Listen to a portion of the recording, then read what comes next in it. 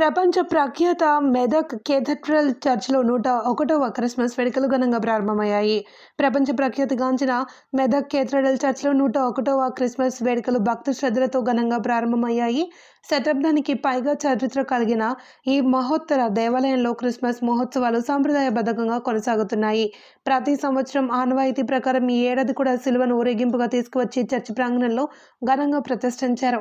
సిలువ ఊరేగింపు సందర్భంగా భక్తులు ప్రార్థన చేస్తూ క్రిస్మస్ గీతాలు ఆలపిస్తూ పాల్గొనడం ప్రత్యేక ఆకర్షణగా నిలిచింది.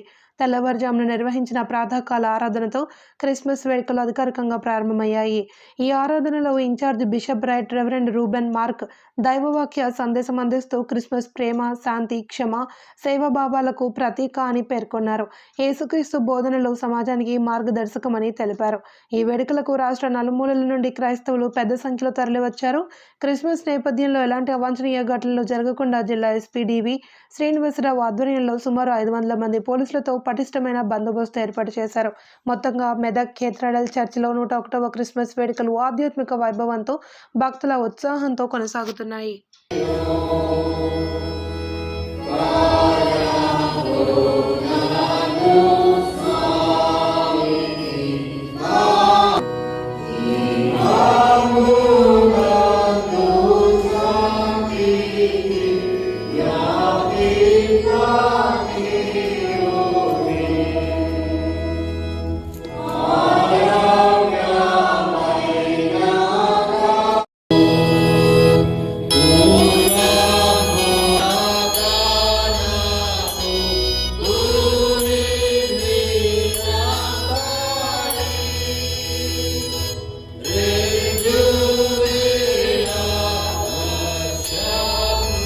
పరుచుకొని నీ జీవ కాంతిలో మమ్మల్ని జీవితాలు ప్రకాశింపచేయమని నీ దివ్య సమాధానంతో నింపమని ప్రార్థిస్తున్నాం. ప్రభువా యొక్క మిషన్ కాంపౌండ్ అంతట్లో క్రిక్కిరిసిన జనాంగం నిండి ఉంటుండగా ఇండియా సంఘ మరియు మెదక్ అధ్యక్ష మండల పక్షమున ప్రేక్షకులందరికీ కూడా యేసుక్రీస్తు జన్మదిన శుభాకాంక్షలు అందరికీ అందిస్తున్నాను. ఈ లోకంలో యేసు జన్మను జరుపుకోనటువంటి దేశం అంటూ ఎవరు ఏ దేశం కూడా లేదు.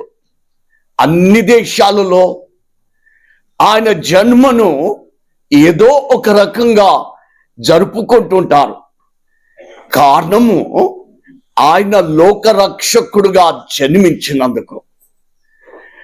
ఈ లోకంలో ఎందరో జన్మించారు, కానీ అందరి జన్మ మాత్రము ఈ ప్రపంచమంతా జరుపుకోదు.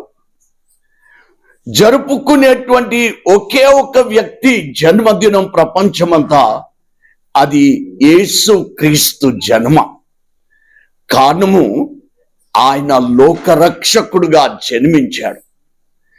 అందుకొరకే ఆయన జన్మించినప్పుడు కేవలము యూదులే కాదు, యెహోవా దేవుని నమ్ముకున్న బిడ్డలే కాదు, ఆయన జన్మించాడని యూదులకే తెలియపరచబడలేదు.